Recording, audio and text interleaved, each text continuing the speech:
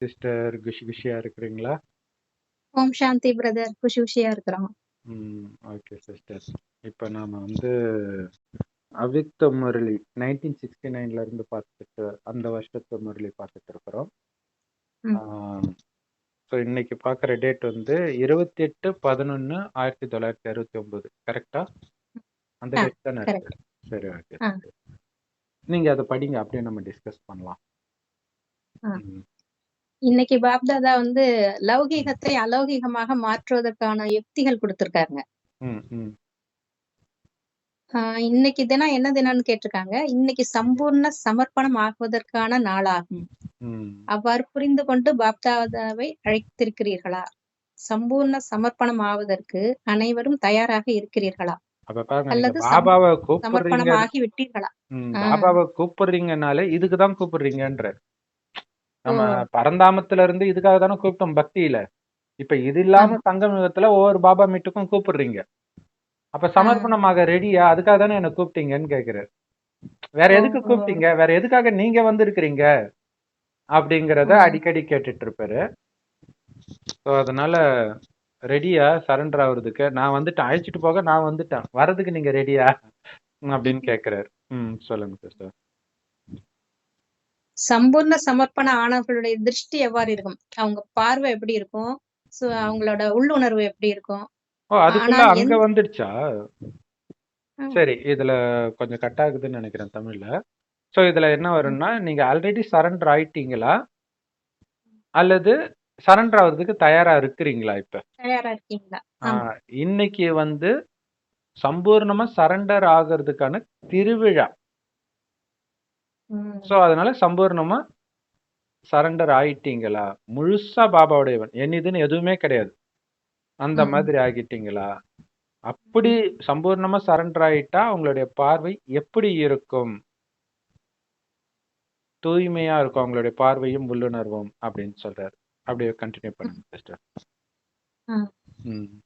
சுத்தமான திருஷ்டி, சுத்தமான விருத்தி, உள்ளுணர்வு அதான். ஆனால் எந்த யுக்தியினால் விருத்தி திருஷ்டி சுத்தமாகிறது?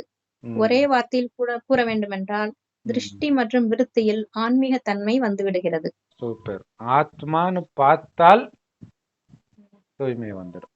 இதுதான் இங்க முக்கியமான விஷயம் இல்லையா? அந்த வெளியில வந்து அண்ணன் தங்கச்சி அது கூட ஏமாத்திடும்ன்ற.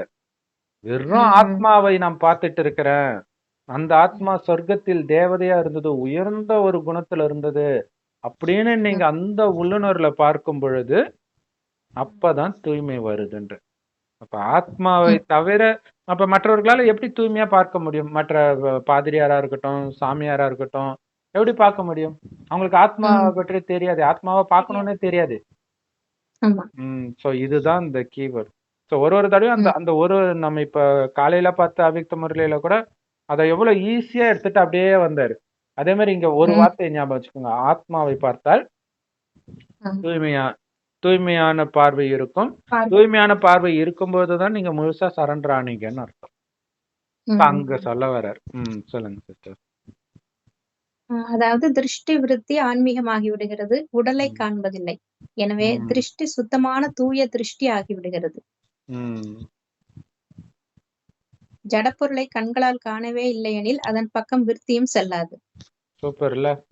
உயிரோட்டமானதுதான் நான் பார்ப்பேன், உயிர் இல்லாததை நான் ஏன் பார்க்கணும்?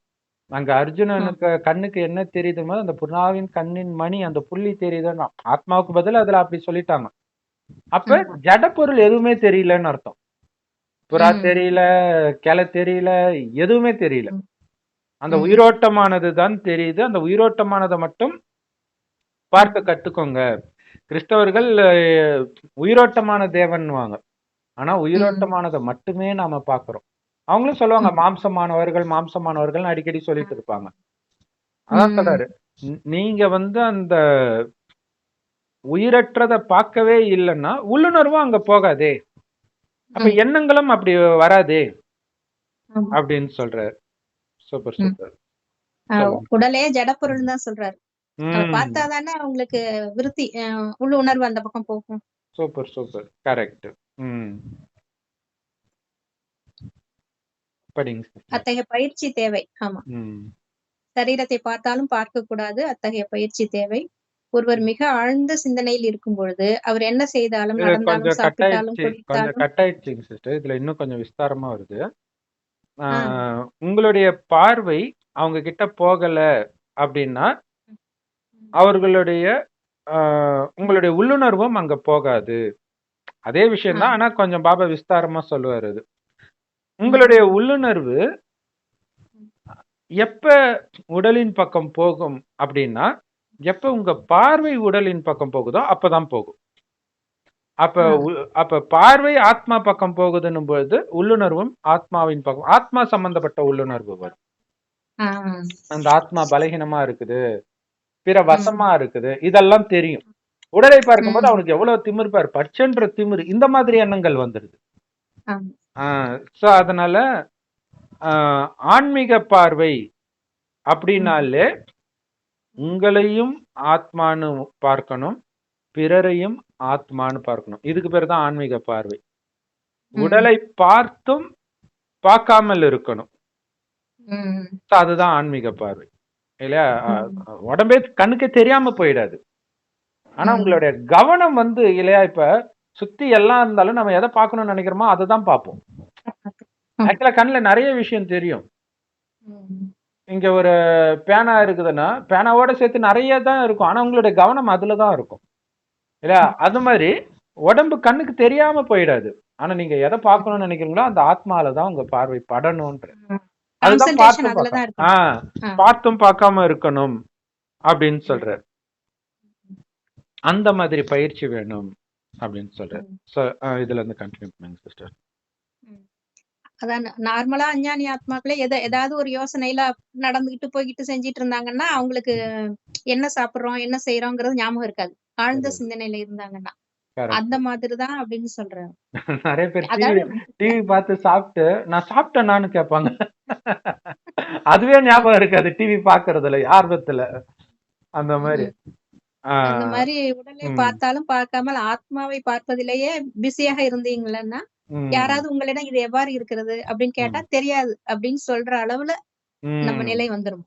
Super super. கரெக்ட். இன்னொன்னு ஆத்மான்னு பார்க்கும்போது ஆத்மாவின் உறவை பார்ப்பீங்க.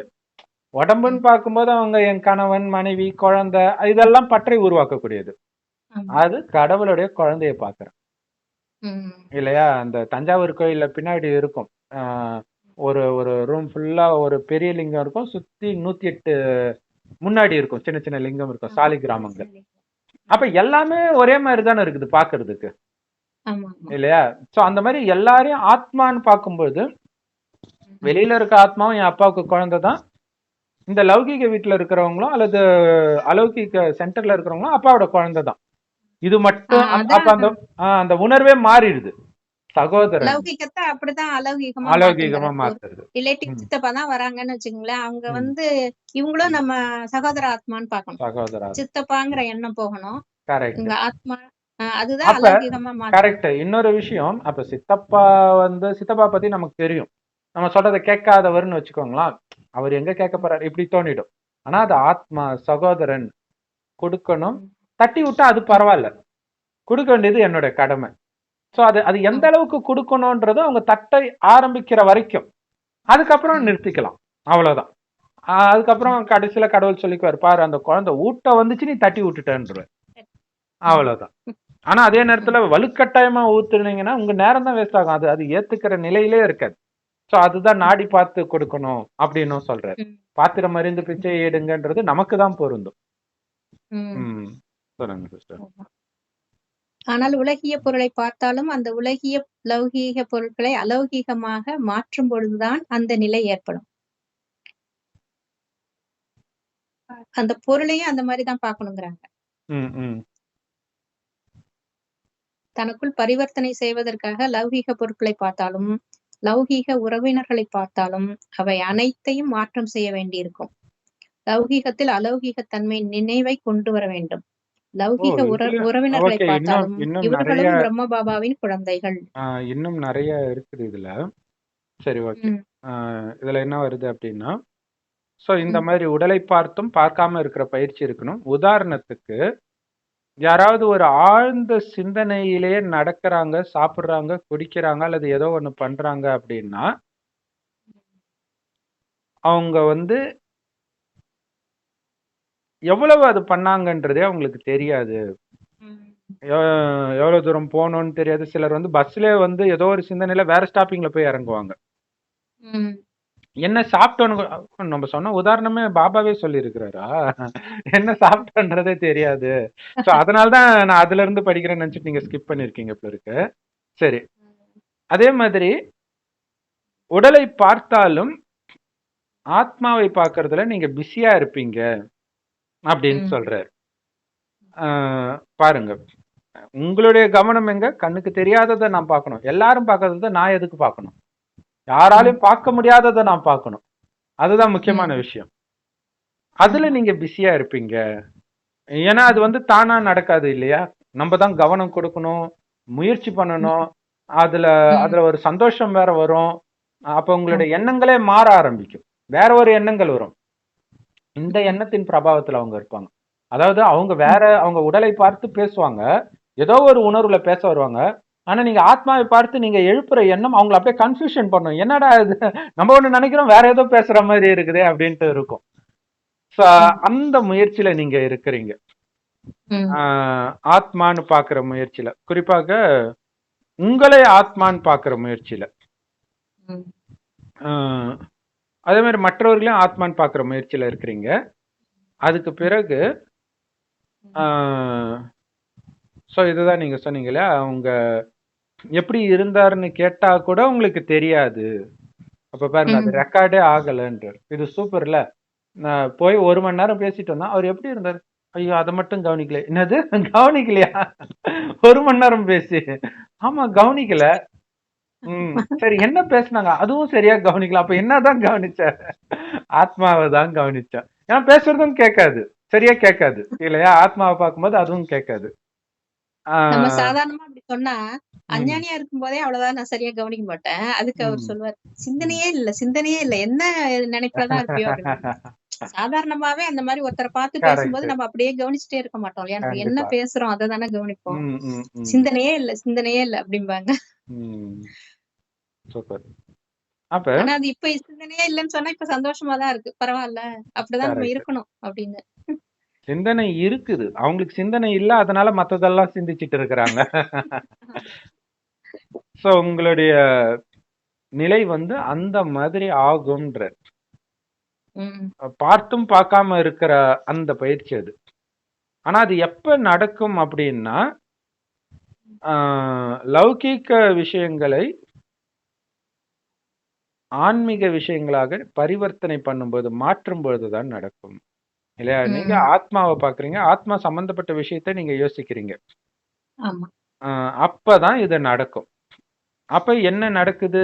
சோ இந்த மாதிரி நீங்க குழந்தைய பார்த்தாலும், மனைவியை பார்த்தாலும், கணவனை பார்த்தாலும் பயிற்சி பண்றீங்க அப்படின்னா, அப்பா அம்மா பார்த்தாலும் பயிற்சி பண்ணிக்கிட்டே இருக்கிறீங்கன்னா, அவங்களுடைய மரணம் வந்தாலும் உங்களை தாக்காது. ஏன்னா அவங்கள பத்தி நீங்க ரெக்கார்ட் பண்ண மாட்டீங்க. ரெக்கார்ட் பண்றதுதான் பிரச்சனை. அப்ப சிந்தனை இல்லாமல் பாக்குறதுனாலதான் போய் உள்ள போய் உட்கார்ந்துக்குது இல்லையா? சிந்தனை இல்லாம பார்க்க கூடாது, அதுதான் முக்கியமான விஷயம். ஆக்சுவலா இந்த மாதிரி சிந்தனையில நீங்க ஒரு படம் பாத்தீங்கன்னா, அந்த படத்துல என்ன ஓடுதுன்னே உங்களுக்கு தெரியாது. அப்படி இருக்கும். இப்ப அப்படிதான் லௌகீகத்துல அப்படிதான் நடந்துட்டு இருக்க வேண்டியிருக்கு. டிவி ப்ரோக்ராம் உட்கார்ந்து அவங்க கூட கம்பெனி கொடுக்கறதுக்காக பாக்கலாம். பார்க்கும் போதே நம்ம சிந்தனை வந்து அது ஆத்மா அப்படின்னு நினைச்சு பாக்குறோம். ஒரு பாடுறாங்க, பாட்டு ப்ரோக்ராம்னால அந்த ஆத்மா நல்லா பாடுது. அப்ப முன் ஜென்மத்துல இது ஒரு பாடகரா இருந்திருக்கலாம். இப்படிதான் நம்ம சிந்தனை ஓடுது. இந்த மாதிரி சிந்தனை ஓடிட்டு இருக்குது. Correct, super. அதனால நீங்க சுய பரிவர்த்தனை பண்ணணும், உங்களுக்குள்ள மாற்றத்தை எடுத்துட்டு வரணும் அப்படின்னா, லௌகீக விஷயங்களை பார்க்கிற விதத்தையே மாத்தணும். லௌகீக உறவுகளை பார்க்கிற விதத்தையே மாத்தணும். இதுக்கு முன்னாடி சித்தப்பாவா இருக்கலாம், அப்பாவா இருக்கலாம், குழந்தையா இருக்கலாம். இப்ப சகோதர ஆத்மா, அவ்வளவுதான். சோ எல்லாமே வெறும் ஆத்மா தான். ஆண் இல்ல, பெண் இல்ல, ஆப்பிரிக்காக்காரங்க இல்ல, அமெரிக்காக்காரங்க இல்ல, பணக்காரங்க இல்ல, ஏழை இல்ல, வெறும் ஆத்மா தான். சோ அந்த பாக்குற விதமே இப்ப மாறுது. அதனால லௌகீக பொருட்களை பார்க்கும் பொழுது இந்த ஆன்மீக விழிப்புணர்வு வேண்டும். இந்த ஆன்மீக விழிப்புணர்வுன்ற வார்த்தையை ரொம்ப பயன்படுத்துறாங்க ஹடயோகிகள், அர்த்தமே தெரியாம. ஆத்மான்ற விழிப்புணர்வு அது அவங்களுக்கு தெரியாம. இது அப்படியே இங்கிலீஷ் படுத்துனீங்கன்னா விழிப்புணர்வு அவேர்னஸ்னு வந்துருச்சு. அடுத்தது அவேர்னஸுக்கு ஒரு மீனிங்காக விட்னஸ்ன்னு எடுத்துட்டு வந்துட்டாங்க. அது சாட்சியா பாக்குறது, அதுவும் இங்க வர ஞானம் தான். ஆனா எதுக்குமே அர்த்தம் தெரியாது. ஈஷா யோகா பாத்தீங்கன்னா அவேர் ஆஃப் அடிக்கடி சொல்லிட்டு இருப்பாரு. ஓஷோவும் இதே தான் சொல்லுவார். அதான் என்ன கான்சியஸா இருக்கிறது, எதன் கான்சியஸா இருக்கிறது, அது அவங்களுக்கு தெரியாது. அதை தெரிஞ்சுக்கவும் விரும்பல அவங்க. அவரு என்னமா பேசுறாரு, ஐயோ என் வாழ்க்கையை காப்பாத்தின கடவுளே அவருதான்றாங்க. என்ன பண்றது? சரி சொல்லுங்க சிஸ்டர், நீங்க கண்டினியூ பண்ணுங்க. அதே மாதிரி தொழில் செய்தாலும், உணவு உட்கொண்டாலும், பார்த்தாலும், பேசினாலும் ஒவ்வொரு லௌகிக விஷயத்திலும் அலௌகிக தன்மையை கொண்டு வாருங்கள். இந்த சரீரத்தினுடைய வேலைக்காக சென்று கொண்டு நீங்க எப்ப லௌகீக உறவுகளை பாக்குறீங்களோ, அவர்களை நீங்க எப்படி பார்க்கணும்னா, பிரம்மா பாபாவுடைய குழந்தைகள் அல்லது பிரம்மா பாபாவுடைய கடைசி தலைமுறைன்னு பாருங்கன்ற. ஏன்னா பிரம்மா பாபா தான் ஆதிப்பிதா கிறிஸ்தவர்கள் முஸ்லிம்களுடைய இதுல. அப்ப அவங்களுடைய கடைசி தலைமுறை தானே இப்ப இருக்கிறவங்க எல்லாரும், இல்லையா? சோ அப்பயும் பிரம்மா பாபாவோட சம்பந்தப்படுத்தி தான் நீங்க பாக்குறீங்க. அப்ப அவங்களும் குழந்தைங்க தான், அவங்களும் சகோதரர்கள் தான். ஏன்னா நம்ம முதல்ல பிறந்துட்டோம், அவங்க கடைசியில பிறக்கிறாங்க. சோ கடைசி தலைமுறை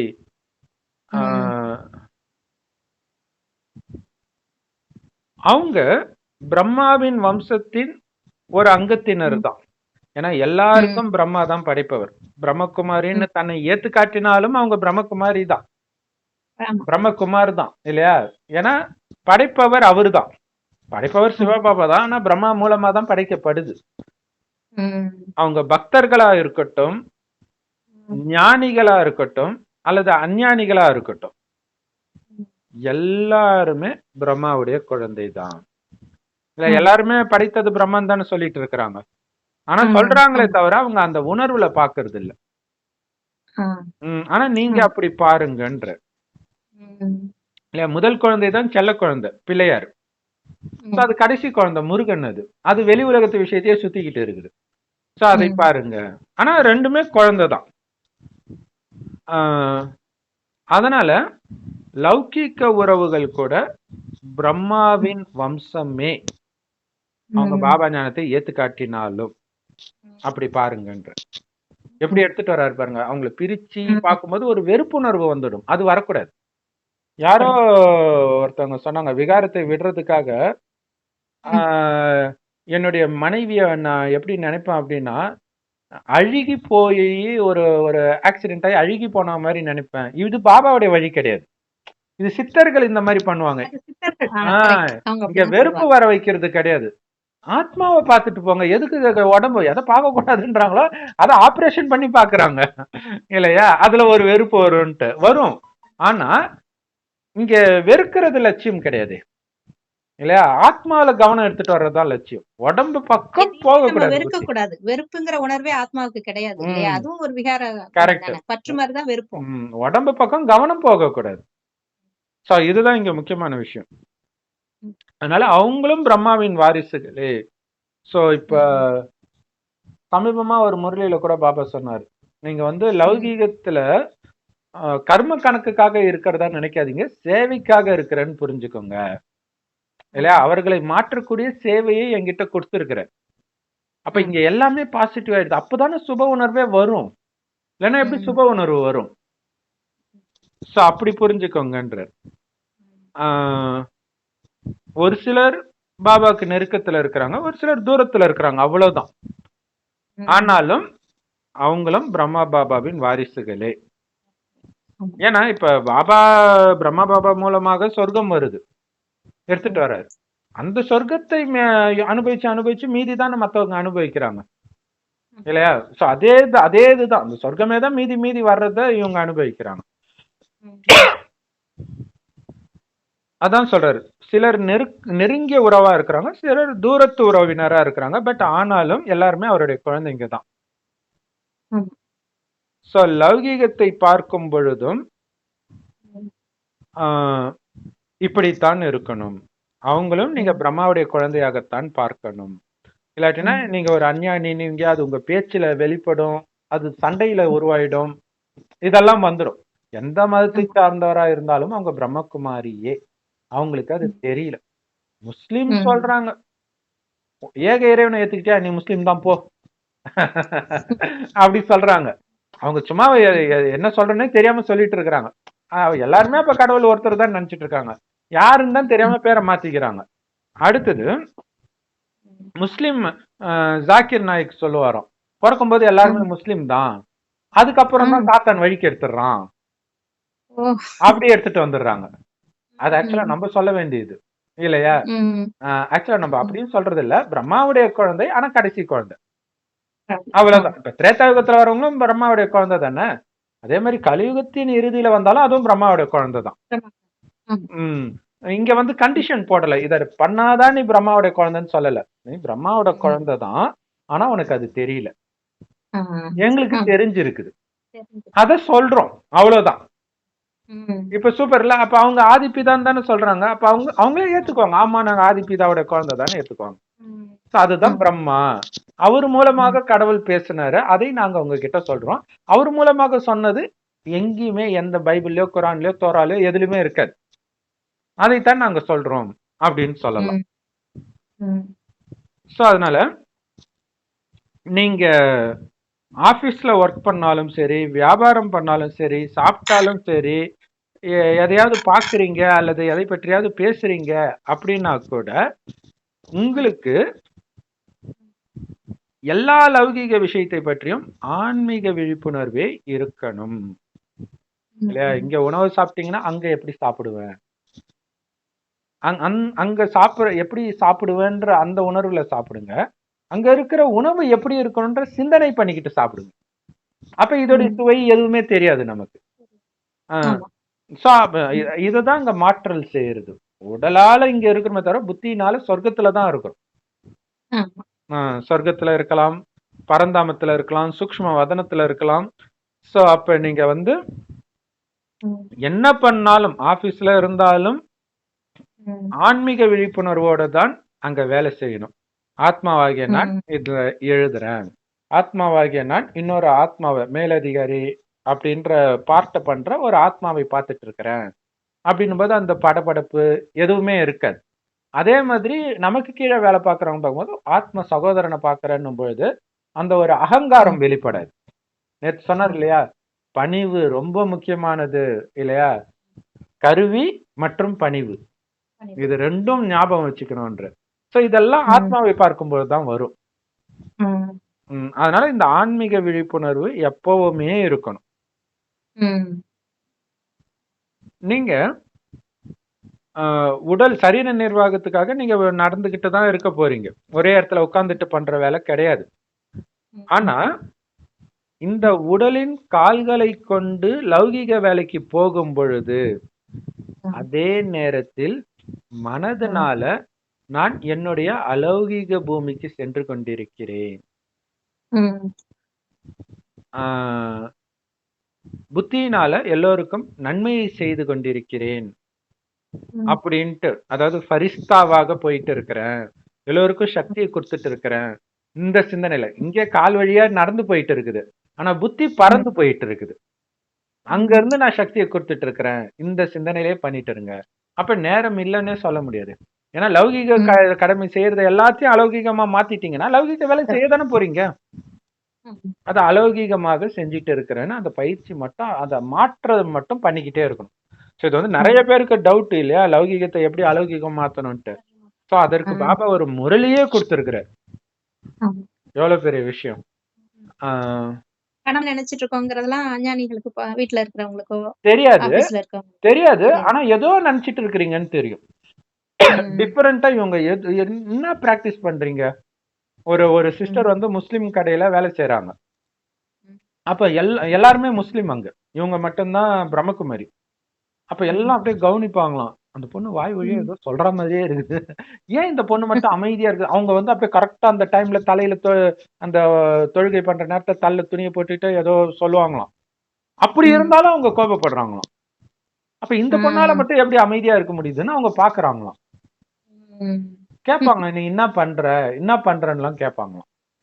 அப்ப பாருங்க, வித்தியாசம் தெரியுது, தெரியும் டிஃபரன்ஸ் தெரியும். ஸோ கால்கள் இங்க இந்த பூமியில நடக்குது, ஆனா புத்தி நினைவு யாத்திரையில நடந்துட்டு இருக்குது. ஸோ அதுதான் அந்த புத்தின்ற கால் கீழே வரலன்றதுதான் தேவதையுடைய கால் கீழே வராது அப்படின்னு சொல்லுவாங்க. எப்படி நீங்க உடம்புக்கு உணவு கொடுக்குறீங்களோ அதே மாதிரி ஆத்மாவுக்கு நினைவுன்ற உணவு கொடுங்க இல்லையா? இப்ப இது ஆனா சூப்பரான உதாரணம். இது வீட்டை விட்டு வெளில போகும்போது நீங்க வயிறு காலியா போனீங்கன்னா பாக்குறதெல்லாம் சாப்பிடணும்னு தோணும். நீங்க ஒரு ஜூஸ் குடிக்கிறீங்கன்னா குடிக்க குடிக்க அது பாட்டுக்கு கேட்டுக்கிட்டே தான் இருக்கும். ஆனா அதுக்கு பதில் நீங்க வீட்டுல கிளம்பும்போதே சாப்பிட்டு போங்களாம், எதை பார்த்தாலும் உங்களுக்கு சாப்பிடணும்னு தோணவே தோணாது. அதே மாதிரிதான் ஆத்மாவுக்கு இந்த நினைவுனால நீங்க நிரப்பிட்டீங்கன்னா எதை பார்த்தாலும் ஈர்க்கப்படாது.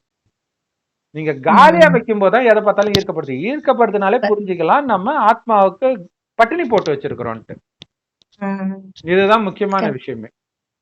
கரெக்ட் தானே? இப்ப ஒரு குழந்தைக்கு வந்து சாப்பாடே போடலன்னா யார் வந்தாலும் ஏதாவது வாங்கிட்டு வந்திருக்கீங்களான்னு பாக்கும். இதுக்கு வீட்லயே எல்லாம் கிடைக்குதுன்னா மத்ததெல்லாம் அது ஒரு பெரிய விஷயமாவே நினைக்காது. அப்ப சொல்றாரு பாருங்க, உடம்புக்கு உணவு போடுறீங்கல்ல அந்த மாதிரி ஆத்மாவுக்கு நினைவுன்ற உணவு போட்டுக்கிட்டே இருங்க. இவ்வளவு நாள் ஆத்மா பட்டினி தான் கடந்திருக்கு, 5000 வருஷம். இப்பதான் அந்த உணவு கிடைச்சிருக்குது. அதே மாதிரி பற்றையும் சொல்லுவாருல்ல பிரதர், பற்று வந்து அவர் மேல பற்று வச்சுட்டா ஆட்டோமேட்டிக்கா மற்ற பற்று எல்லாம் நமக்கு அற்று போயிடும். பற்றற்றான் அடியினை பற்றுக பற்று விடற்கு அப்படின்னு. ஏன்னா மனிதன் மேல நீங்க பற்று வைத்தால் எதிர்பார்ப்பும் வைப்பீங்க. அந்த எதிர்பார்ப்பை யாராலும் பூர்த்தி செய்ய முடியாது இல்லையா? ஒரு கணவனை வந்து அவன் நினைக்கிறதெல்லாம் யாராலையும் பூர்த்தி பண்ண முடியாது. மனைவி நினைக்கிறதெல்லாம் கணவனால பூர்த்தி பண்ண முடியாது இல்லையா? சோ அதுதான் அந்த மனிதர்கள் மேல பற்று வைக்கிறது வந்து அவங்களுடைய ஆசையை நீங்க நிறைவேற்றணும்னு நினைப்பீங்க. ஆனா கட்சியில அது ஏமாற்றத்துலதான் முடியும். அப்ப இறைவனை மட்டும் நீங்க புடிச்சுக்கிட்டே இருக்கிறீங்க, பற்று அன்பு எல்லாமே அவரோட வைக்கும்போது சாட்டிஸ்ஃபைட் ஆயிடும். வெளியில எதுவுமே தேவைப்படாது. இதுதான் இங்க ரகசியமே. சோ நினைவு தான் ஆத்மாவுக்கான உணவு. எப்படி உடம்புக்கு உணவு கொடுக்கிற நேரத்துல உடம்புக்கு உணவு கொடுக்கறீங்களோ அந்த நேரத்துல ஆத்மாவுக்கும் நினைவுன்ற பலத்தை கொடுங்கன்ற. ஏன்னா சாப்பிடும்போது பாபா நினைக்கிறதுதான் ரொம்ப கஷ்டம். எப்படிதான் மைண்ட் அங்க இங்கன்னு போகும்னே தெரியாது. சோ அதுதான் சொல்றாரு. அப்ப குறைஞ்சபட்சம் உங்களுக்கு நேரம் கிடைக்கலன்னா சாப்பிடுவீங்கல்ல, அந்த நேரம் ஆத்மாவுக்கும் ஊட்டி விடுங்க நினைவுன்ற உணவை அப்படிங்கிறார். நினைவுன்ற சத்துணவை ஊட்டி விடுங்க. அப்ப முக்கியமா நம்ம சாப்பிடும்போது தண்ணி குடிக்கும் போது நினைச்சாதான் அது அப்படியே அந்த உணர்வோட உள்ள போகும், அதுக்கு சக்தி கிடைக்கும் அப்படின்னா. நம்ம என்ன உணர்வோட சாப்பிடுறோமோ அந்த உணர்வு வரும் அப்படிம்பாங்கல்ல. டிவி சீரியல்ல ஒரு கோபம் வெறுப்பு அதை பார்த்துட்டு சாப்பிட்டா நமக்கு அந்த கோபம் வெறுப்பு வரும் அப்படின்னு அஞ்ஞானிகள். Correct, super. அப்ப பாபா நினைவிலே சாப்பிடுறது அது பயங்கர சக்தி. பாபா உணவிலே நினைவிலே சமைக்கிறது இன்னும் பயங்கரம். அப்ப உங்களுக்குள்ள மாற்றத்தை எடுத்துட்டு வர்றதுக்கு நீங்க என்ன பண்ணணும்? லௌகிகமா இருக்கிற அனைத்தையும் அலௌகிகமா மாத்தணும். அப்பதான் மாற்றம் வரும். இதன் மூலமாக மனிதர்கள் புரிஞ்சுக்குவாங்க, நீங்க விசேஷமான அலௌகிக ஆத்மா, இந்த உலகத்தை சார்ந்தவரே கிடையாது. இதத்தான் குரான்ல மலக்குகள்னுவாங்க. மலக்குகள்னா வான தூதர்கள், பரிஸ்தாக்கள். சோ அப்ப அவங்களுக்கு வந்து நீங்க இந்த உலகத்தை சார்ந்தவர் மாதிரியே தெரியாதுன்ற. ஏன்னா உங்க எண்ணம் வந்து முகத்துல தெரியும், அகத்தின் அழகு முகத்துல தெரியும்ன்றாங்க இல்லையா? அப்ப அந்த டிஃபரன்ஸ் தெரியும். அப்ப லௌகீக உறவுகளுக்கு மத்தியில் நீங்கள் வாழ்ந்து கொண்டிருந்தாலும் அவர்கள் இருந்து அப்படி தனியா தெரிவிங்கன்ற, வித்தியாசமா இருப்பீங்க. சோ இந்த வித்தியாசத்தை எடுத்துட்டு வந்தது எது? ஆத்மாவை பார்க்கிற அந்த பழக்கம். ஆத்மாவுடைய காரியம் பரிஸ்தாவா இருக்கிறது, சக்தி கொடுக்கிறது, நினைக்கிறது, இந்த காரியங்கள் தான் உங்களை தனியா காட்டிச்சு. சோ ஆத்மான்ற உணர்வுல நீங்க உங்களை அனைத்துல இருந்தும் விடுபட்டதாக உணரணும். உங்க உடல்ல இருந்தே விடுபட்ட, ஆத்மானாலே செத்துட்டேன்னு தான் அர்த்தம். ஆத்மானாலே அதோடைய வீட்டுல தான் இருக்கணும். ஏன்னா வெறும் ஆத்மா அங்கதானே இருக்கும், பரந்தாமத்துல தானே இருக்கும். அப்படி இருங்க. சோ கடமையில இருந்து விடுபடுறது ஈஸி. ஆனா அதன் மூலமாக உலகம் உங்களை நேசிக்காது இல்லையா? கடமையை விட்டுட்டு மனைவி பிள்ளையெல்லாம் விட்டுட்டு காட்டுக்கு போறதுனால உலகம் உங்களை ஒன்னும் புகழ்ந்து பேசாது. விட்டுட்டு போயிட்டான் பாரு சாமியா அப்படின்னு திட்டதான் செய்வாங்க. பாத்துக்க முடியாம போயிட்டான், கையால் ஆகாதவன், இப்படிதான் சொல்லுவாங்க. ஆனா நீங்க உலகத்தினால நேசிக்கப்படுறீங்க. எதனால அப்படின்னா எல்லா கடமையும் செய்றீங்க, ஆனா உடல்ல இருந்து விடுபட்டு ஆத்மான்ற உணர்வுல செய்றீங்க. அதனால உங்களை எல்லாருக்கும் பிடிக்குது. அதனால பாபா சொல்றாரு, வெளி உலகத்து விஷயத்துல இருந்து மட்டும் விடுபட்டா போதாது, முதல்ல உங்க உடம்புல இருந்து விடுபடணும். அதுதான் மெயின். வெறும் ஆத்மா நான் அப்படின்னால எல்லாத்துல இருந்தும் விடுபட்டு தானாவே ஆயிடுவீங்க. நான் உடம்புன்னும் போதே தானா போய் புத்தி எல்லாத்துலயும் போய் மாட்டிக்கும். நான் வெறும் ஒளி புள்ளின்னும் போது ஏதோ செத்துட்டு ஏதோ நான் பார்த்துட்டு இருக்கிறேன், உடம்பே இல்லாம பார்த்துட்டு இருக்கிறேன், அப்படி தோண ஆரம்பிக்கும். ஸோ அதனால முதல் ஸ்டெப்பு உடல்ல இருந்து விடுபடுறது. அப்பதான் நீங்க எல்லாராலையும் நேசிக்கப்படுவீங்க, உடல்ல இருந்து விடுபடும். ஏன்னா அந்த உடலோட இருக்கும்போது உடல் உறவுகளால தான் பற்று வருது. அதனாலதான் நீங்க தவறான காரியங்கள்லாம் பண்ணுவீங்களே இல்லையா? லஞ்சம் கொடுக்கறதுல இருந்து எல்லாமே என்னுடைய குடும்பம் அப்படின்லாம் பண்றோம் இல்லையா? சோ அப்படி இல்லை அப்படின்னா, நீங்க அந்த உடல் உணர்வுல இல்லைன்னா உங்க மைண்ட் தெளிவா வேலை செய்யும். விகாரத்தின் வசப்பட்டு எந்த முடிவும் எடுக்க மாட்டீங்க. விகாரத்தின் வசப்பட்டு முடிவு எடுக்கிறீங்கன்னா கண்டிப்பா உலகத்தினர் உங்களை வெறுக்கத்தான் செய்வாங்க. அடுத்தது அது மட்டும் கிடையாது, உடல்ல இருந்து விடுபட்டா முதல்ல உங்க மனமே உங்களை நேசிக்கும், கடவுளும் உங்களை நேசிப்பார், உலகமும் உங்களை நேசிக்கும். இப்ப எல்லாருடைய நேசமும் பெறணும்னா உடம்புல இருந்து விடுபடுங்க அப்படிங்கிறது. இது எவ்வளவு பெரிய விஷயம் இல்லையா?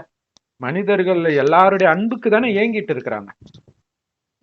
இவங்களை இம்ப்ரெஸ் பண்ணணும், அவங்களை இம்ப்ரெஸ் பண்ணணும். கடவுள் சொல்றாரு, யாருக்கிட்டும் இம்ப்ரெஸ் ஆகாம இரு, தானாவே எல்லாரும் உன்கிட்ட இம்ப்ரெஸ் ஆயிடுவாங்க இல்லையா? அப்ப உடம்புல இருந்தே விடுபட்டு இருக்குது. அப்படி இருக்கிறதுனாலதான் அந்த யுதிஷ்டருக்கு தர்மர்னு பேரு. அவர் தம்பி மேல பற்று கிடையாது, மனைவி மேல பற்று கிடையாது. மனைவி துகிலுரிஞ்ச துரியோதனன என் பிரியமான சகோதரன் அந்த சபையிலே பேசுறாரு. அப்ப தர்மரை எல்லாருக்கும் பிடிக்குது, நம்புறாங்க. அந்த அஸ்வத்தாமன் தன்னுடைய மகனை கொன்னுட்டாங்கன்ட்டு பாண்டவர் ஒரு சூழ்ச்சி செய்யறாங்க. அப்ப அஸ்வத்தாமனுடைய அப்பா துரோணர் நான் தர்மர் சொன்னாதான் நம்புவேன், தர்மர் நீ சொல்லு அஸ்வத்தாமன் இறந்துட்டானா, ஆமான்னு. அப்பதான் அப்படியே விழுந்துருவாரு அவரு. அப்ப விடுபட்டு இருக்கிறாரு. அவருக்கு தெரியுது அஸ்வத்தாமன்றது மகன், யானைக்கு பேரும் அஸ்வத்தாமன், அதனால ஆமா அப்படின்னு சொல்லிடுறாரு. அப்ப பாருங்க, விடுபட்டு இருக்கிறவன் அந்த அதே மாதிரி பாத்தீங்கன்னா திரௌபதியை கடத்திட்டு போவாங்க. துரியோதனனுடைய தங்கச்சி புருஷன் ஜெயத்ரதன் கடத்திட்டு போகும்போது பீமனும் அர்ஜுனனும் மீட்டு திரௌபதியை எடுத்துட்டு வருவான். அவனை சிறைப்படுத்தி இட்டுட்டு வருவாங்க ஜெயத்ரதனை. அப்ப இவனுக்கு என்ன தண்டனை கொடுக்கணும் அப்படின்ட்டு அண்ணன் கிட்ட கேட்பாங்க. தர்மர் தானே அண்ணன். அப்ப அவர் சொல்றாரு, இதனால பாதிக்கப்பட்டது நீங்களும் நானும் கிடையாது, திரௌபதி தான், இதுக்கான முடிவு அவங்கதான் எடுக்கணும். அப்ப கணவன் அந்த உணர்வே இல்ல பாருங்க. இவர் அங்க ஜட்ஜா நிக்கிறாரு, ஏதோ கோர்ட்டுக்கு வந்த மாதிரி. அவங்க இன்னும் நீ என்னமா சொல்றேன்னு கேக்குறாரு.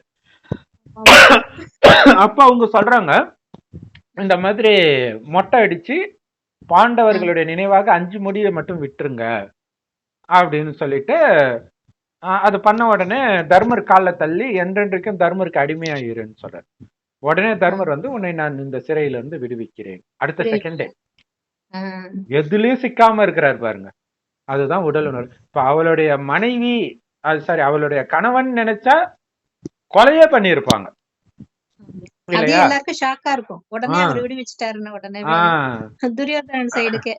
கண்டிப்பா. சோ ஒவ்வொரு தடவையும் அதே மாதிரி பாத்தீங்கன்னா துரியோதனன் வந்து இவனை வெறுப்பேத்துவாங்க. வனவாசத்துக்கு போன பிறகு பக்கத்திலே டென்ட் போட்டு கரிமீனா சமைப்பாங்க. அப்ப பீமனுக்கு கட்டுப்பாகும், ஏன் நாங்களும் இதை சாப்பிட்டது கிடையாதா அப்படின்னாலே அது பிரம்மகுமாரின்னு புரியுது பாருங்க. சாப்பிட்டவங்க இப்ப சாப்பிடாம இருக்கிறாங்கன்னு வருது. அடுத்தது பெண்களை வச்சு டான்ஸ் எல்லாம் ஆடிட்டு இருப்பாங்க. அப்ப இவனுக்கு கடுப்பா இருக்கும். அப்ப என்ன ஆகுதுன்னா ஒரு டைம்ல வந்து துரியோதனன் அப்படியே அந்த காட்டுல போகும்போது அந்த காட்டின் ராணி கையை பிடிச்சி ஏத்துருவோம், ஏதோ தப்பா நடந்துக்குவோம். அப்ப வந்து புடிச்சிடுவாங்க, புடிச்சு அவனை கொலை பண்ண போறாங்க. அந்த நேரத்துல இந்த செய்தி வந்து தர்மருக்கு தெரிஞ்சிடும். தெரிஞ்சோடனே தர்மர் சொல்லுவாரு, நீங்க போய் அவனை விடுவீங்க அப்படின்ட்டு பீமன் அர்ஜுனன் சொல்லுவாங்க. பீமன் சொல்லுவான், நாம எதுக்கு விடுவிக்கணும், நாம அனுபவிக்கிறதுக்கு இந்த இந்த கொடுமை அனுபவிக்கிறதுக்கு காரணமே அவன் தான், அவனை எதுக்கு நான் விடுவிக்கணும். அப்புறம் சொல்றாரு, அவன் நம்முடைய சகோதரன், நமக்குள்ள உள்ள பிரச்சனை அது அப்புறம் பாத்துக்கலாம், சகோதரனை காப்பாத்துறது நம்மளுடைய கடமை. அப்ப அந்த அந்த உடல் உணர்வுல இருந்து விடுபட்டு இருந்தாதான் அது முடியும். அது சகோதரன்றது ஒட்டுமொத்த சகோதரன்ற அர்த்தம் இல்லையா, கடவுளுடைய குழந்தைன்ற அர்த்தம் அது. அப்ப அவங்க நமக்கு துக்கம் கொடுத்தவர்களுக்கும் அவங்களுக்கு தான் அதிகப்படியாக நம்ம சுகத்தை கொடுக்கணும்ன்ற. ஏன்னா அவங்க கிட்ட ஆசீர்வாதம் வாங்குறது தான் கஷ்டம், ஆனா அது முக்கியம் இல்லையா. அவங்க கிட்டதான் நம்ம அதிகமா சாபம் வாங்கி இருக்கிறோம் ஏதோ ஒரு ஜென்மத்துல. இப்ப உன்னால முடிஞ்சா என்கிட்ட ஆசீர்வாதம் வாங்குடான்ட்டு வருது. அது மந்திரை மாதிரி வாங்கி காட்டணும், அதுதான் இங்க திறமை. அதுக்கு உடல்ல இருந்து விடுபட்டு இருக்கணும். அப்பதான் உங்களுக்கே உங்களை பிடிக்கும், கடவுளுக்கும் பிடிக்கும், உலகத்துக்கும் பிடிக்கும். அந்த 3 சர்டிபிகேட் சொல்றாரு, நம்ம கிட்ட இருந்து சர்டிபிகேட் வாங்கணும், பாபா கிட்ட இருந்து சர்டிபிகேட் வாங்கணும், பரிவாரத்திட்ட இருந்து சர்டிபிகேட். விடுபட்டு இருந்தாதான் அது சாத்தியம். சூப்பர். பாபா கேக்குறாரு, இப்ப ஏன் உலகம் உங்களை நேசிக்க மாட்டேங்குது? சிம்பிளான காரணம், உடம்ப விட மாட்டீங்க.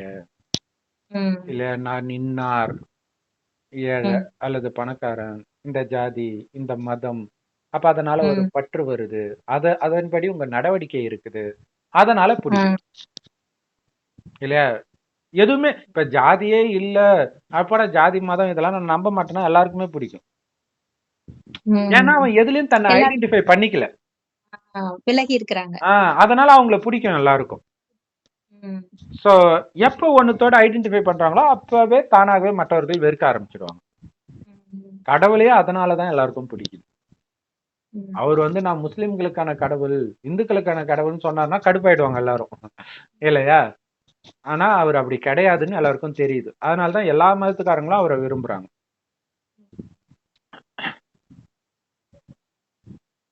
நீங்க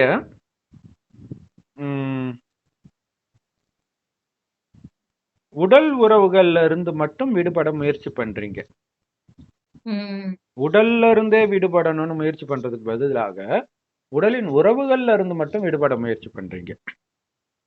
அப்பதான் என்ன ஆகுதுன்னா அவங்க கம்ப்ளைண்ட் பண்றாங்க, என்ன நீ இப்படி மாறிட்ட, முதல்ல குழந்தைய எவ்வளவு நல்லா பாத்துக்கோ, இப்ப நீ பாத்துக்கவே மாட்ற, இதெல்லாம் வர ஆரம்பிக்குது. ஏன்னா நீங்க அதுல இருந்து கட் ஆகணும்னு நினைக்கிறீங்க. சோ எது வரைக்கும் அந்த கம்ப்ளைண்ட் வரும் தெரியுமா? முதல்ல உங்க உடல்ல இருந்து விடுபடாத வரைக்கும் இந்த கம்ப்ளைண்ட் வரும்ன்ற. ஏன்னா ஆத்ம ரூபத்துல இருந்தீங்கன்னா ஆத்மாவுடைய உண்மையான குணமே அமைதி, அன்பு தான். அப்ப அந்த அன்பு இருக்கும்போது கம்ப்ளைண்ட் பண்ண மாட்டாங்க. இப்ப கம்ப்ளைண்ட் பண்றாங்கன்னா அன்பு கட் ஆகுது. நீங்க வந்து பயந்துகிட்டு ஐயோ நாளைக்கு பட்டுல ஏமாத்திடுவோம் அவங்கள மட்டும் கட் பண்ணணும்னு நினைக்கிறீங்க. அப்ப உங்க உடம்புல இருந்தே நீங்க கட் பண்ணீங்கன்னா நீங்க பயப்பட மாட்டீங்க, அன்பு கொடுத்துக்கிட்டே இருப்பீங்க, அதை விட அதிக அன்பு கொடுப்பீங்க. ஏன்னா நிறைய பேர் வந்து ஏன் பிரம்மகுமாரி ஆகல அப்படின்னு கேட்கும்போது சொல்லுவாங்க, எங்க அம்மா பிரம்மகுமாரி தான், சின்ன வயசுல என்ன அப்படியே தனியா தவிக்க விட்டு போயிடுவாங்க ஆவுனா சென்டருக்கு, அதனால மாறாதவங்க நிறைய பேர் இருக்கிறாங்க. சோ அப்ப அவங்களுக்கு தேவையான அந்த அன்பு, அதாவது இது ஏன் குழந்தை இல்ல, ஆனா அது ஒரு குழந்தை தானே, அந்த குழந்தைக்கு தேவையான சில விஷயங்களை பண்ணணும்ல, அதை யோசிக்காம. அது ஒரு ஃபங்க்ஷன்ல ஒரு லேடியை பார்க்கும்போது சொன்னாங்க, நான் அது கொஞ்சம் 2 லைன் சொல்லிட்டு நான் பிரம்மகுமாரி தான் சொல்லும்போது, அப்படியா நம்பவே முடியலையே, எனக்கு தெரிஞ்சு ஒருத்தங்க இருக்காங்க. அவங்க பொண்ணு ஃப்ரெண்டோட அம்மா, அப்பா தான். அதுல அம்மா மட்டும் பிரம்மகுமாரி ஆயிட்டாங்க. அவங்க அப்பாவ கவனிக்கிறதே இல்லையாம், சமையலே பண்றது இல்லையாம். அவங்க பாட்டுக்கு தனியா போய் உட்கார்ந்துக்கிறாங்களாம். ம். அப்படிதான் இருப்பாங்கன்னு நாங்க நெனச்சுக்கிட்டோம். ஆனா நீங்க அப்படி இல்லையே, சகஜமா எல்லார்ட்டயும் நல்லா பேசுறீங்களே அப்படின்றாங்க. ம். அதாவது சூப்பர். நம்ம வந்து அன்பு ம். எதிர்பார்க்கிறாங்க. அதுதான். அன்பு கண்டிப்பா. கட்டாகும்போது ம். தான் வெறுப்பு வருது அவங்களுக்கு. வீட்ல கரெக்ட், இருக்கிறவங்களுக்கு. கரெக்ட். அதனால முதல் அது ஒரு டிஸ்சர்வீஸ் மாரி ஆயிடுது பாருங்க. ம். பிரம்மகுமாரினாலே இப்படிதான் இருப்பாங்கன்னு அவங்க ஒரு முடிவுல இருந்திருக்காங்க. கரெக்ட். சன்னியாசி மாரி நடிச்சுட்டாங்க. சன்னியாசி மாதிரி. அதுதான். ஸோ அதனால தான் இப்ப தாய்மார்கள முன்னுக்கு வைக்கிறதே காரணம் அதுதான். அப்ப அவங்க ம். மூலமா தான் அது மாற்ற முடியும். ஆனா தாய்மார்களே இப்படி இருக்கும்போது பிரச்சனை ஆயிடுது. ஆமா. சரி. ம். அப்ப முதல்ல உங்க உடல்ல இருந்து விடுபடணும். அதுதான் மெயினு. அப்ப ம். உலகமே உங்களை நேசிக்கும். அப்ப என்ன ஆகும்னா, உங்க குழந்தை மாரி எல்லா குழந்தையும் நீங்க அன்பா பார்ப்பீங்க. உங்க ம். குழந்தைக்கும் மேலயும் அன்பு இருக்கும். எல்லார் மேலயும் அன்பு இருக்கும். ம். அது ரொம்ப முக்கியமான விஷயம். சிலர் தன்னை பார்க்கறாங்க. ம். உலகத்தில் உள்ள பொருட்களை பார்க்கறாங்க. ம். அவங்க முதல்ல அவங்க முதல்ல மற்ற விஷயங்கள மாத்துறாங்க. பிறகுதான் தன்னையே மாத்துறாங்க. ம். அதனால தான் பிரபாவம் இல்லை அப்படின்னு ம். சொல்றாரு. எப்படி சொல்றாரு பாருங்க. இல்லையா? ம். தன்னை மாத்தி சுயமாற்றமே உலக மாற்றம்ன்றாரு. நீயே மாறலன்னா நான் எப்படி நீ சொல்றத கேட்பேன்? அப்படின்னு ம். கேட்பாங்க நெறைய பேர். ஒரு சென்டர்ல சிஸ்டர் வந்து ம். சிவராத்திரி அப்போ ஃபங்க்ஷன். நைட் எல்லாம் கண் விழிச்சு யோகா பண்ணணும், எல்லாம் பண்ணணும். ம். சிவராத்திரி நியூ இயரோன்னு நினைக்கிறேன். அப்ப அவங்களுடைய அப்பா அம்மா லௌகிக அப்பா அம்மா வந்திருக்கிறாங்க. இவங்க பாட்டுக்கு அவங்க லௌகிக அப்பா அம்மா கூட கீழே பேசிட்டு இருக்கிறாங்க. மேல மற்ற பிரதர் சிஸ்டர்ஸ் நடத்துறாங்க. ம். அப்ப அதுல ஒருத்தவங்க வந்து சொல்றாங்க, இவங்க மட்டும் இவங்க அப்பா அம்மா கூட பேசின்னு இருப்பாங்க, நாங்க மட்டும் எல்லாத்தையும் விட்டு வந்து இங்க உட்காரணும். அவங்க அவங்கவுங்க நன்மைக்கு தான் உட்கார்றோம். பட் ஆனா எடுத்த உடனே மற்றவர்களை பாக்குறாங்கல்ல. அப்ப ம். எவ்வளவு கவனமா இருக்கணும் யோசிச்சு பாருங்க. இல்லையா? ஆமா. என்ன பண்ணிருக்கணும், அவங்களையும் வந்து இங்க உட்காருங்கன்னு சொல்லி, இல்லைன்னா தூங்குங்கன்னு சொல்லியிருக்கணும். ஆ. இல்லைன்னா இந்த மாதிரி மாறிடும். அதனாலதான் பிரபாவம் இல்ல, தாக்கம் இல்ல. அப்ப தாக்கத்தை ஏற்படுத்தணும் அப்படின்னா முதல்ல நீங்க உங்களை மாத்துங்க. உங்களுடைய பார்வையில் மாற்றத்தை எடுத்துட்டு வாங்க, உள்ளுணர்வுல எடுத்துட்டு வாங்க. அதே மாதிரி உங்களுடைய செல்வத்தை, நேரத்தை பயன்படுத்துற விதத்துல மாற்றத்தை ஏற்படுத்துங்க. அப்பதான் உலகம் உங்களை நேசிக்கும். இல்ல ஃபுல்லா மாறி இருக்கணும். கண்ணா பின்னான்னு நீங்க பார்வையே மாறலன்னு வச்சுக்கோங்க. உள்ளுணர்வு மாறல, நீங்களே மத்தவங்களை தப்பா தான் பேசுறீங்க அப்படின்னும் போது அவங்க பார்த்துட்டு நீங்க ஞானம் சொன்னா எப்படி கேட்பாங்க? நீங்களே தான் என்னை விட அதிகமா மத்தவங்களை பத்தி பொருளி பேசுனீங்க அப்படின்ட்டு போயிடுவாங்க. அட போடா பிரம்மகுமாரி சென்டர்ல வெளியில இருக்கிறவங்களுக்கு கூட அவ்வளவு கோபம் வராது, அவ்வளவு கோபம் வருதுன்ட்டு போயிடுவாங்க. ரொம்ப எச்சரிக்கையா இருக்கணும், குறிப்பா இன்சார்ஜ்ல இருக்கிறவங்க. ஏன்னா மற்றவர்களை விட அவங்களதான் ஃபர்ஸ்ட் பார்ப்பாங்க. அது எந்த இடத்துல எல்லாம் இன்சார்ஜ் சிஸ்டர் சுருன்னு இருக்கிறாங்களோ அங்கதான் சங்கர் பார்ட்டி ஜெகஜோதியா வளரும். சங்கர் பார்ட்டியோ ஓம் மண்டலியோ எந்த இடத்துல வருதோ அந்த இடத்துல சென்டர்ல இருக்கிற இன்சார்ஜ் சரியில்லைன்னு கண்ண மூடிட்டு நம்ம நம்பிடலாம். ஏன்னா அததான் அவங்க டார்கெட்டும் பண்ணுவாங்க. கரெக்டா அவங்களுக்கு தெரியும் அது. அப்ப உங்களுடைய நேரத்தை எப்படி செலவு பண்றீங்க, எல்லாத்துலயும் அந்த ஸ்ரீமத்து இருக்குதா? அப்படி நடந்தீங்கன்னா உலகம் உங்களை நேசிக்கும். சரி, சம்பூர்ணம் ஆயிட்டீங்க. அப்புறம் என்ன பண்ணணும்? உங்களுடைய பேச்சு, நடவடிக்கைகள், நடக்கிறது எல்லாமே எப்படி இருக்கணும்? அதுக்கு பாபா சொல்றாரு, உங்களுடைய நினைவார்த்தம் தானே வேதங்கள். ராமாயணம், மகாபாரதம், அந்த ராமரு, தர்மரு அந்த மாதிரி இருக்கணும்ன்ற சொல்றாங்களா. ராமாயணம் ஏன் பார்க்கணும்? ஞானம் கிடைச்சப்புறம். இங்க பாபா சொல்றாரு அந்த மாதிரி இருக்கும்னா பார்த்தா தானே உங்களுக்கு தெரியும். அந்த ராமர் சீதை பேசுறத பார்க்கும்போது நமக்கு அப்படி இருக்கும். ஒரு காலத்துல நம்ம இப்படி இருந்துமான்னு அந்த எண்ணம் ஓடிக்கிட்டே இருக்கும். இவ்வளவு பணிவாதான் நம்ம பேசணுமா ஒரு காலத்துல அப்படின்ட்டு. அதையே அதுக்குதான் அந்த கேட்டு கேட்டு காவியங்கள்லாம் படைக்கப்பட்டது. அதுக்கு கண்டிப்பா, எல்லாத்துக்கும் ஒரு ரீசன் இருக்குல்ல. எது நடந்ததோ கண்டிப்பா, நன்றாக நடந்ததுன்னு. கண்டிப்பா. இதையும் பார்க்கணும். இப்ப நீங்க வெறும் ஜடச்சிலையை பார்க்கும் பொழுது, அதுல குணம் வெளிப்படலல்ல. இங்க குணம் வெளிப்படுது இல்ல, பாக்குறோம்ல. ம். சோ அந்த மாதிரி இருக்கணும். அப்ப ஒரிஜினல் ராமரே சொத்த சிரிச்சுக்கிட்டே விட்டுட்டு போறாரு.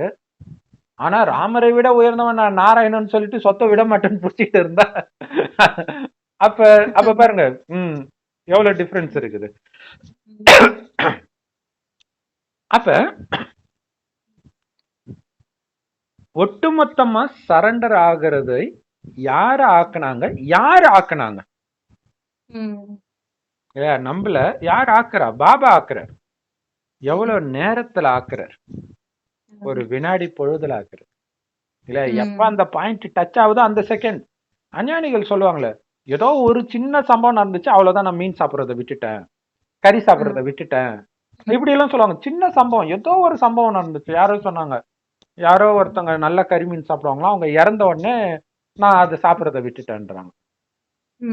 இது ஆச்சரியமா இருக்குது. அவங்க சாப்பிடாம இருந்து இறந்து விட்டா பரவாயில்ல, பட் ஏதோ ஒரு விதத்துல வைராக்கியம் வந்துருது. அதே மாதிரி இந்த ஞானம் எப்ப நமக்கு அப்படி தைக்குதோ அந்த செகண்ட் நம்ம அதை மாத்திக்கும். சோ எவ்வளவு நேரத்துல சரண்டர் ஆனாங்க? உங்களுடைய நினைவார்த்தம் ஞாபகம் இருக்குதா?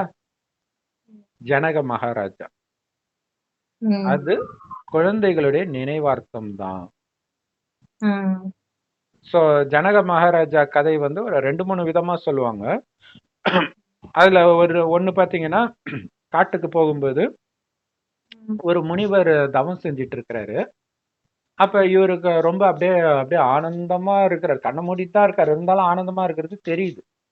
என்னடா நம்ம ராஜா, இந்த உலகமே நம்முடையதா இருக்குது, ஆனா நமக்கு இந்த ஆனந்தம் வர மாட்டேங்குதேன்ட்டு வெயிட் பண்றாரு அவர் கண்ணு திறக்கிற வரைக்கும். திறந்த அப்புறம், பா நீ எப்படிப்பா இவ்வளவு சந்தோஷமா இருக்கிற, நான் எல்லாமே வச்சிருக்கிறேனே அப்படின்னு, நீ மட்டும் எனக்கு கத்து கொடு, நான் எதை வேணாலும் கொடுக்குறேன் அப்படிங்கிறாரு. அப்படியா, ராஜ்யத்தை கொடுப்பியான்னு கேக்குறேன். கண்டிப்பா கொடுக்குறேன் அப்படின்றாராம். சரி குடுன்றாரு. சரி கொடுத்துட்டேன். சரி போன்றாரு. போன உடனே குதிரையில ஏறுறாரு. யாரோட குதிரையில ஏறுற? அவரு ஏறும்போது ராஜ கம்பீரத்துல ஏறுறாரு. யாரோட குதிரையில ஏறுற? வந்து அப்புறம் சொல்றாரு, சரி இந்த ராஜ்யத்தை வச்சுட்டு நான் என்ன பண்றது? எனக்கு ராஜ்யம் பண்ண தெரியாது. அதனால ராஜ்யத்துல நீயும் வந்துட்ட, உனக்கும் சேர்த்து இப்ப நான் தான் அதிபதி. அப்ப என்னுடைய வேலைக்காரன் தான் நீனு. ஆனா எனக்கு அதை இப்ப பாத்துக்க தெரியாது. அதனால என் சார்புல நீ பாத்துக்கோ அப்படின்னு சொல்லிட்டு இப்ப போன்றார். இப்ப குதிரையில கால் எடுத்து வைக்கும் பொழுது அந்த டிஃபரன்ஸ் தெரியுது. அந்த ராஜதோரணை இல்ல. அப்ப ஒரு கால் பூமியை விட்டு எட்ட வந்த உடனே அவருக்கு மாற்றம் ஏற்படுது. அதான் வினாடியில் ஜீவன் முக்தி. ஒரு செகண்ட்ல மாற்றம் வந்துருது. அந்த அகங்காரம், அந்த சுமை, இதெல்லாம் சேர்ந்துதான் நிம்மதி இல்லாம பண்ணுது. எதுவுமே இப்ப எதுவுமே இது இல்ல. இப்ப கேட்டா கொடுத்துட போறோம், அவ்வளவுதான். இது கிடையாது. அந்த உணர்வுல இருக்கணும்ன்ற. சோ இதுதான் ஜனக மகாராஜாவுடைய உதாரணம். இன்னும் கூட நிறைய வரும் கதை அதுல. யாருக்கிட்டயோ வந்து ஒரு முனிவர் வராரு, இந்த பக்காவா ஆகணும் நானு, அது போய் ஜனக மகாராஜாவை பாருன்றாங்க. என்ன இது? அதுக்கு போய் அவர்கிட்ட, அவரு ராஜாவை பார்த்தா நான் எப்படி வைராக்கியம் ஆக முடியும்? சரி ஏதோ சொல்றாருன்ட்டு போறாரு. போகும்போது ஒரு கீதை மட்டும் அந்த முனிவர் கையில வச்சுக்கிட்டு வந்து உட்கார்றாரு. வாங்க உட்காருங்க, என்ன விஷயம் அப்படிங்கிறார். அவர் வாயை திறக்கிறதுக்குள்ள ஒரு பணியாள் வந்து சொல்றான், ராஜா ராஜா எதிரி நாட்டு படை எடுத்துட்டு வருது. ஓ அப்படியா, சரி நீங்க சொல்லுங்க என்ன அப்படிங்கிறாரு. இவருக்கு பதட்டம் ஆகுது, என்னது எதிரி நாடு வருதா, நம்ம ஏடா கூடமான நேரத்துல வந்துட்டோம்ல இருக்குன்ட்டு. அப்ப அவர் வாயை திறக்க வர்றாரு, அதுக்குள்ள இன்னொருத்தன் தான் அந்த சுத்தி வளைச்சிட்டாங்கன்றான், அந்த கோட்டையே சுத்தி வளைச்சிட்டாங்கன்றான். அப்படியா, சரி பரவாயில்ல, ஐயா நீங்க சொல்லுங்க ஐயா வந்த காரியத்தை. அடுத்தது வந்து சொல்றான், அந்த கோட்டைய அந்த கேட், மெயின் கேட்டை உடச்சிட்டு உள்ள வந்துட்டாங்கன்றாங்க. ஓ அப்படியா, சரி நான் முக்கியமான விஷயம் பேசுறேன்ட்டு நீங்க சொல்லுங்க ஐயான்றான். உடனே அவங்க நெருப்பு வச்சுட்டாங்க நம்ம அரண்மனைக்குன்றான். பார்த்தா பத்திட்டு எரியுது, பொத்துன்னு வந்து ஒழுது, டக்குன்ட்டு கீழே எடுத்து இப்படி வச்சுக்கிறாரு. அப்ப அவர்கிட்ட இருக்கிறது வெறும் கீதை தான், அதன் மீதே அவருக்கு பற்று. ஆனா இவர்கிட்ட இருக்கிறது ஒட்டுமொத்த ராஜ்யம். ஆனா எதை பற்றியும் கவலை இல்லை, ஏன்னா அது என்னதே கிடையாது. அந்த உணர்வுல இருக்கிற அதைத்தான் பாபா சொல்றாரு, என்கிட்ட ஒப்படைச்சிடுங்க முழுசா. இப்ப குரான் எடுத்ததுலயும் அது வருது, என்கிட்ட முழுசா ஒப்படைச்சிடுங்க அப்படின்ட்டு வருது. சோ இதுலதான் யுத்தம் இருக்குது, இதுதான் உங்களுடைய நினைவார்த்தம்ன்ற. சோ ஜனக மகாராஜா கதை வந்து ஆக்சுவலா இதுக்கான பிரம்மகுமாரிகள் புஸ்தகத்துல இதை நான் பார்த்தேன். பட் இந்த கதையாக எங்க வருதுன்னு தெரியல, ராமாயணத்துல வருதா என்னன்னு தெரியல. ஆனா சொல்லுவாங்க, எங்க அம்மாவே சொல்லுவாங்க, அவர் வந்து ஒரு முனி ரிஷியாவும் இருப்பார், ராஜாவாவும் இருப்பாரு. ஆமா, அது சீரியல் எல்லாம் கூட காமிப்பாங்க, ரிஷி மாதிரி தான் இருப்பாரு. ரொம்ப அலங்காரம் எல்லாம் இல்லாம கரெக்ட் ரிஷி மாதிரி தான் இருப்பாரு. சீதையுடைய அப்பா. அது குழந்தைகளால உந்தப்பட்டு உருவாக்கப்பட்ட கதை அது.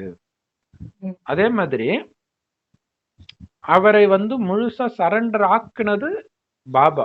அதோடைய நினைவு தான் அங்க அந்த சாமி, அந்த முனிவர் இவருக்கு சொன்னாரு இல்லையா இப்படி பண்ணுன்ட்டு, அதான பாபா சொல்றாரு, என்கிட்ட கொடுத்துட்டு போன்னு தானே சொல்றாரு எல்லாத்தையும். இதுதான் இதோடைய நினைவு, அங்க அவர் அந்த சாமியார உருவாக்கி வச்சுட்டாங்க. அதே மாதிரி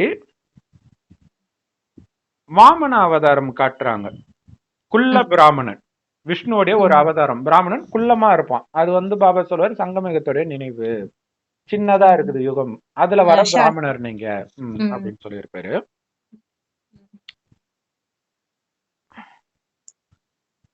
அப்ப அந்த சின்ன ரூபம் எதுக்கு இருக்கும் அப்படின்னு பாபா கேக்குற. இருக்கிறதுலே சின்ன ரூபம் எது? ஆத்மாவும் பரமாத்மாவும் தான்.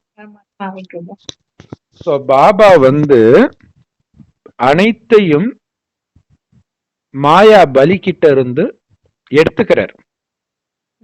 இதுதான் மகாபலி சக்கரவர்த்தி கிட்ட இருந்துதான் அந்த வாமனன் வந்து 3 அடி நிலம் கேட்பான், அப்ப எல்லாத்தையும் எடுத்துக்கிறாரு. சோ அந்த மாதிரி சோ இந்த மாயா கிட்ட இருக்கிற அத்தனையும் எடுத்துறாரு பாபா. நம்ம கிட்ட இருக்கக்கூடிய மாயையே ஃபுல்லா எடுத்துறாரு. அவரு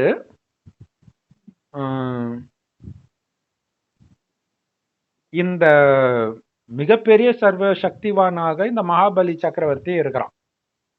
அவனை 3 அடியில அனைத்தையும் சரண்டர் பண்ண வச்சார்.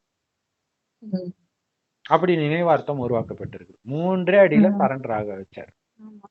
அதே மாதிரி நீங்க எல்லோரும் முழுசா சரண்டர் ஆகணும். இப்ப பாருங்களா, ஃபுல்லா பாபா கதையை வச்சுதான் சொல்றாரு பாருங்க. செம இல்ல? எல்லாரும் சொல்றாங்க அதெல்லாம் படிக்கவே கூடாது, அது கிடையவே கிடையாது. இப்ப அதெல்லாம் படிக்கலன்னா இது ஃபர்ஸ்ட் புரியவே புரியாது. என்னடா பலின்றாங்க, 3 அடின்றாங்க, ஒண்ணுமே தெரிஞ்சிருக்கு.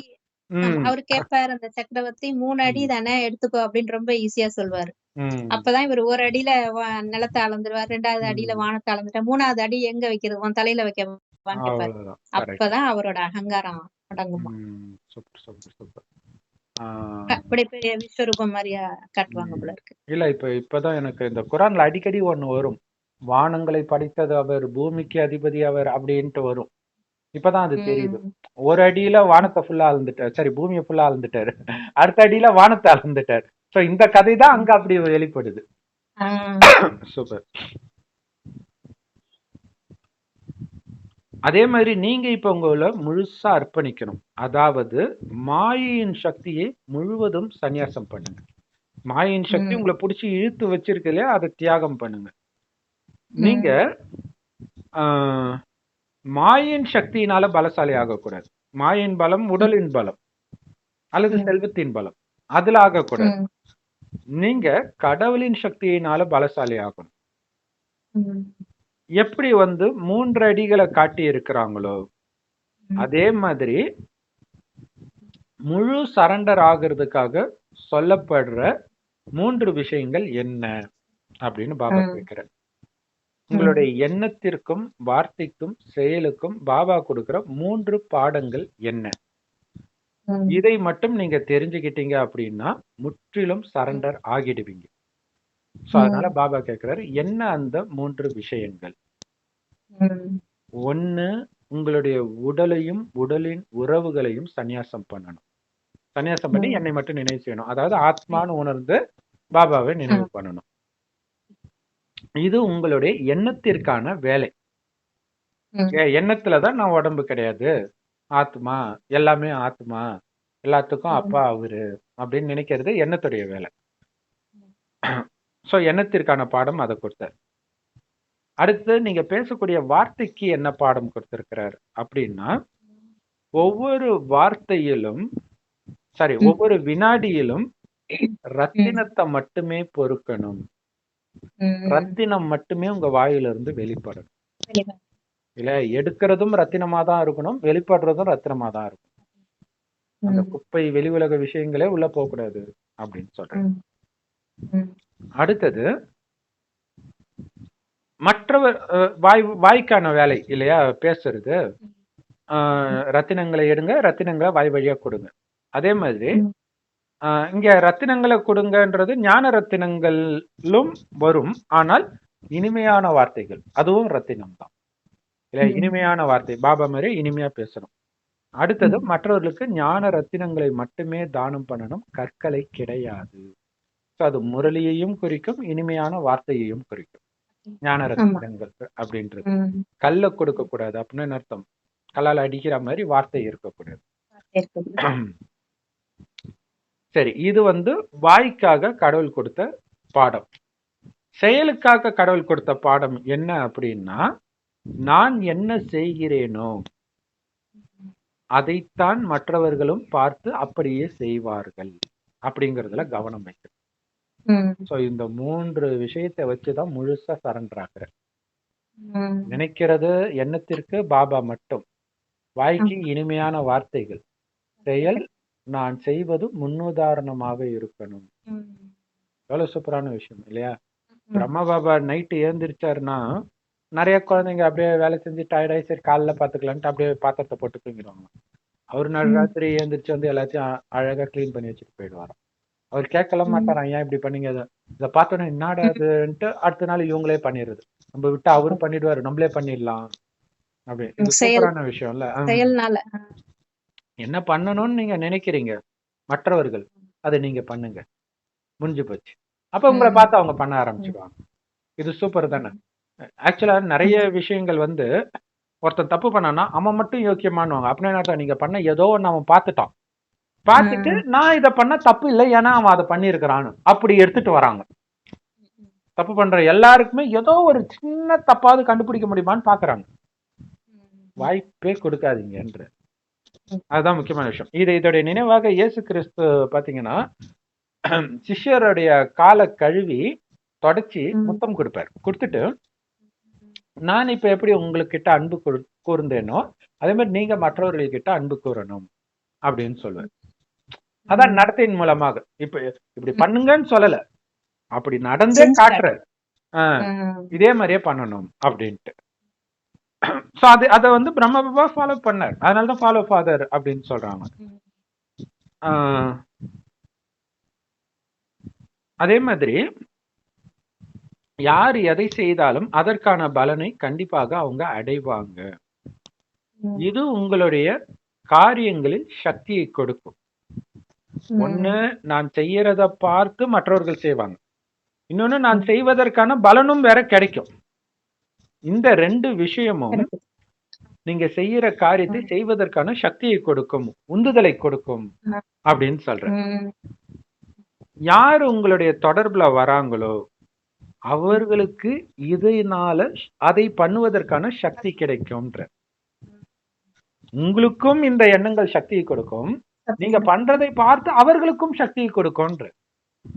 இது எவ்வளவு பெரிய விஷயம். இப்ப ஒருத்தர் இறந்தாருல, அவர் பேரு எனக்கு டக்கு ஞாபகம் வருது, ஒரு காமெடி நடிகர், எம்ஜிஆருடைய ரசிகர், நிறைய தானம் புண்ணியம் பண்ணார். இந்த வருஷம் தான் இறந்தாரு. அவரு ரொம்ப ஃபேமஸ் ஆனவரு, கரெக்ட், மயில்சாமி. அவர் எம்ஜிஆருடைய ரசிகர். அப்ப எம்ஜிஆர் எல்லோருக்கும் கொடுக்கிறாருன்றத பார்த்துதான் அவர் அப்படி ஆனார். எம்ஜிஆர் நிறைய சம்பாதிச்சாரு, இவர் ஒன்னும் அந்த அளவுக்கு எல்லாம் சம்பாதிக்கல, கடன் வாங்கியாவது கொடுக்கிறாரு. அப்ப அந்த ஆக்ஷன் இன்ஸ்பயர் பண்ணுது பாருங்க இல்லையா? நிறைய பேர் அதனால அவரால் இன்ஸ்பயர் ஆனாங்க. விஜயகாந்தும் அப்படிதான், விஜயகாந்தும் எம்ஜிஆர் ரசிகரா தான் இருந்தாரு. இந்த மாதிரி ஆகுறாங்க இல்லையா? அதே மாதிரி விஜயகாந்த பார்த்து நிறைய பேர் அவங்கவுங்க சக்திக்கு ஏத்த மாதிரி பண்ண ஆரம்பிச்சாங்க. சோ அது அன்னதானம். ஆனால் குணதானம் இருக்கு பாருங்க, அதை நாம மட்டும்தான் பண்ண முடியும். அதுதான் ரொம்ப முக்கியமான விஷயமே. சோ உங்க தொடர்புல வர்றவங்களுக்கும் இதை ஃபாலோ பண்ணக்கூடிய சக்தி கிடைக்கும். புரிஞ்சுதா அப்படின்னு கேக்குறேன். சோ இந்த முக்கியமான விஷயங்களை உங்களுடைய எண்ணம் சொல் செயலுக்காக நீங்க ஞாபகம் வச்சுக்கிட்டீங்க அப்படின்னா முழுவதுமாக நிரந்தரமாக சரண்டர் ஆக முடியும். எங்க ஆரம்பிச்சு எங்க எடுத்துட்டு வந்திருக்கிறாரு பாருங்க பாபா, அப்படியே மயக்கி எடுத்துட்டு போறாரு இல்லையா? அந்த அதுதான் பாபா. சம்பூர்ண சமர்ப்பணம் எப்படி வருதுங்கறத அப்படியே அழகா லைன் பை லைனா அப்படியே எப்படி எடுத்துட்டு போனாருன்னே தெரியாது. நமக்கே ஆச்சரியமா இருக்கும், எப்படி இதுதான் உண்மையிலே மயக்கிறது இல்லையா? அதாவது வெளி உலக மயக்கத்துக்கு நம்ம மயங்க மாட்டோம், ஆனா பாபா பேசுறதுலதான் அப்படியே மயங்கி கிடப்போம். எங்க ஆரம்பிச்சு எங்க எடுத்துட்டு வந்தார், லௌகீகத்தை அலௌகீகமா மாத்துறன்ட்டு ஆரம்பிச்சு அப்படியே சரண்டருக்கு வந்து அப்படியே அதையும் ஈஸியா எடுத்துட்டு வர.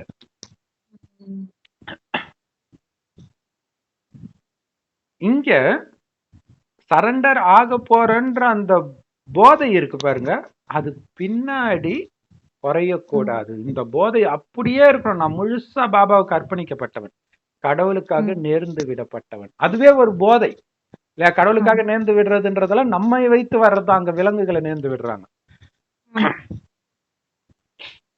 ஆக்சுவலா கிறிஸ்தவ மதத்துல பாத்தீங்கன்னா ஒரு குழந்தைக்கு உடம்பு சரியில்லைன்னா அவங்க அப்பா அம்மா வந்து இந்த குழந்தையை காப்பாத்திட்டு நான் உனக்கு ஒப்பு கொடுத்துறேன்னு, அப்படிதான் சரண்டர் சிஸ்டரா ஆகுறது, கன்னிகாஸ்திரே ஆகுறது.